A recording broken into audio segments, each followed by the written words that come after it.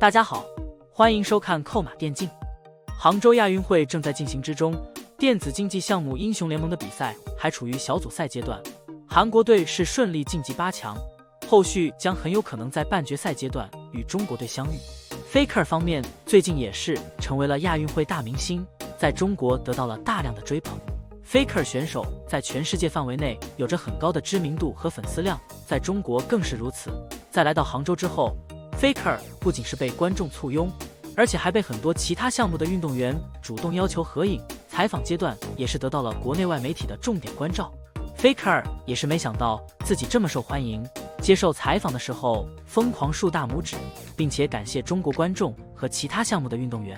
同时 Faker 也盛赞杭州亚运会的饮食和住宿环境都非常好，相比于上一届的雅加达亚运会好太多。而之所以提到上一届亚运会，主要原因是在之前的韩国队出征采访中，包括教练在内都反映说上次亚运会的饮食不好，这次参加杭州亚运会很重要的一点就是饮食。上一届亚运会官方提供的饮食里面包含有鸡爪和其他的一些食材，但 Faker 吃不惯，宁愿一天只吃1餐面包。韩国队那边后勤也没有做好，这次杭州亚运会准备了适合不同国家运动员的饮食，韩国队这边后勤保障也到位了。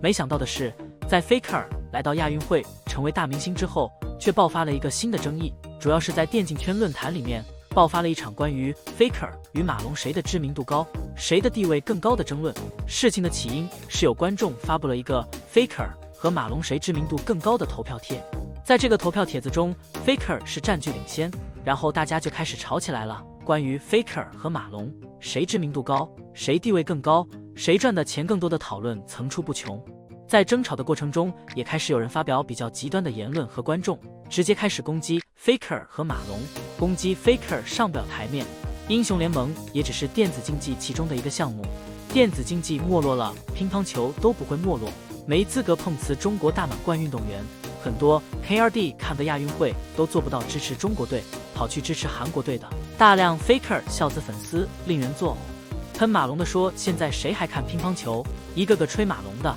连马龙的比赛都不看，连马龙用的什么打法都不知道。电子竞技受众面更大， Faker 知名度更高，更受欢迎没有问题，毕竟是电竞论坛，对第一人的尊敬和崇拜是正常的。个人认为 Faker 和马龙都是各自领域中的最强者，如果按照地位来排的话，马龙更高，知名度方面不好判断。Faker 在年轻人里面的受众更多，然后在电竞论坛上给出马龙和 Faker 谁知名度更高的投票， Faker 得票率稍高，不能证明 Faker 的知名度就更高。谁赚的钱更多，这个也不好判断。马龙优势在于他打的是国球，得到国家支持，马龙未来不管打不打职业，待遇都必然是顶级的。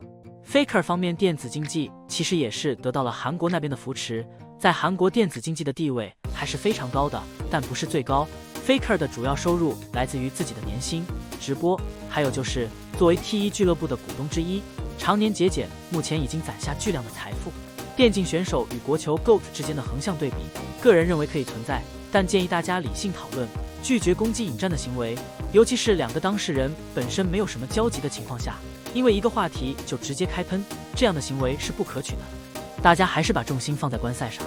本届亚运会英雄联盟项目，韩国队的综合实力无疑在第一梯队，不只有 LOL 世界冠军中单 Faker 李相赫、ADC 齿地 Ruler， 还有 LCK 顶尖上单 Zeus、中单 Kovi、辅助 Kyria， 以及效力于 LPL 冠军战队的野王 Canopy。赛前大部分 LOL 召唤师看好韩国队连下2城，以不败战绩挺进8强淘汰赛，结果亦是如此。有双中单 Kovi、Faker 先后发力，韩国队连下2城晋级8强，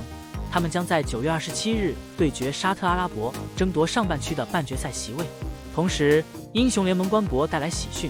英雄联盟转播将从9月28日，也就是半决赛开始。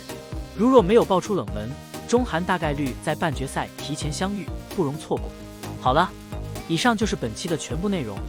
你们对于今年的亚运会有什么想说的呢？大家有什么想说的，欢迎在下面的评论区交流讨论，我会去挨个查看。感谢老爷收看，欢迎点击订阅，我们下期再见。